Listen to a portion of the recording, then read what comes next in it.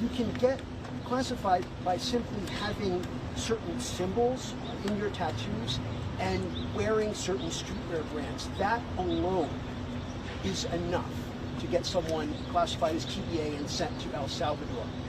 That's not true, actually, Andrew. According to this document, it is. No, according to the Department of Homeland Security and the agents, have you talked to the agents who have been putting their lives on the line to detain these foreign terrorists who have been terrorizing our communities? TDA is a vicious gang that has taken the lives of American women. And our agents on the front lines take deporting these people with the utmost seriousness, and there is a litany of criteria that they use to ensure that these individuals qualify as foreign terrorists and to ensure that they qualify for deportation.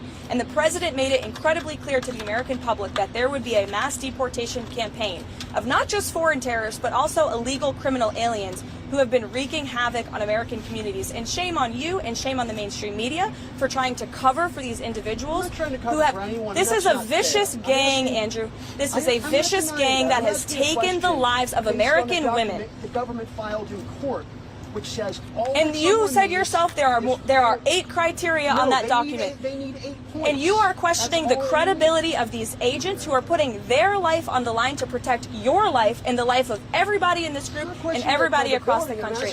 And their credibility should be questioned. They finally have a president who is allowing them to do their jobs, and God bless them for doing it. Caroline, what method would the president use to potentially run for a third term? As he said, there are methods there. Look, you guys continue to ask the president this question about a third term, and then he answers honestly and candidly with a smile, and then everybody here melts down about his answer. The president talked about this last night on the plane. He said, it's not really something we're thinking about. He has 4 years. There's a lot of work to do. We've done a lot in these nearly first 100 days, and the American people love what this president is doing, particularly when it comes to efforts to secure the border. How confident is President Trump in that he can get a peace deal done in Ukraine? How confident is President Trump that he can get a peace deal done in Ukraine? Well, look, the president is working incredibly hard to get a peace deal done between Russia and Ukraine, and he has expressed his displeasure with comments that have been made by leaders of both sides of this conflict. He has expressed what he believes needs to take place in order to see this conflict come to an end. He continues to work very hard on it, and our teams continue to be engaged. Caroline, can countries that don't have tariffs on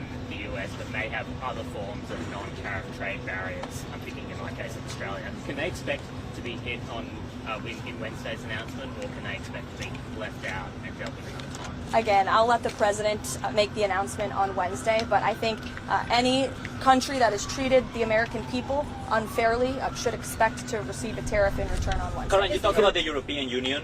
Is the president expected to impose those tariffs in blocks, or will he distinguish countries within those trading blocks? Again, I will let the president get into the specifics of the announcement. It's his announcement to make.